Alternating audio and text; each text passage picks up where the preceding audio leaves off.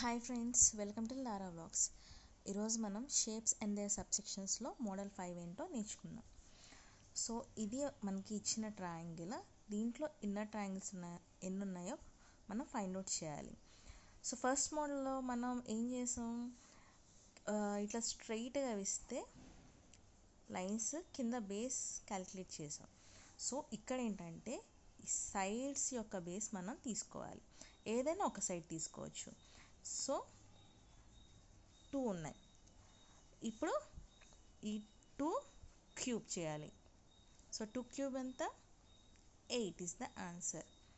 ఎన్ని బేసెస్ మనం కౌంట్ చేసి ఆ హైయెస్ట్ నెంబర్ క్యూబ్ చేయాలి. సో ఇన్ దిస్ ఫిగర్ చూద్దాం. ఇక్కడ చూడండి, 1 2 and 3.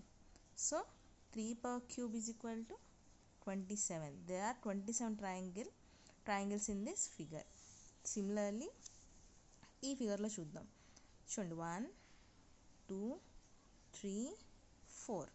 So 4 cube is 64. There are 64 triangles in this figure.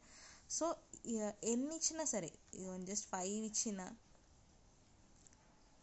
1 2 3 4 5 ఇట్లా ఎన్ని ఇచ్చినా సరే మనం జస్ట్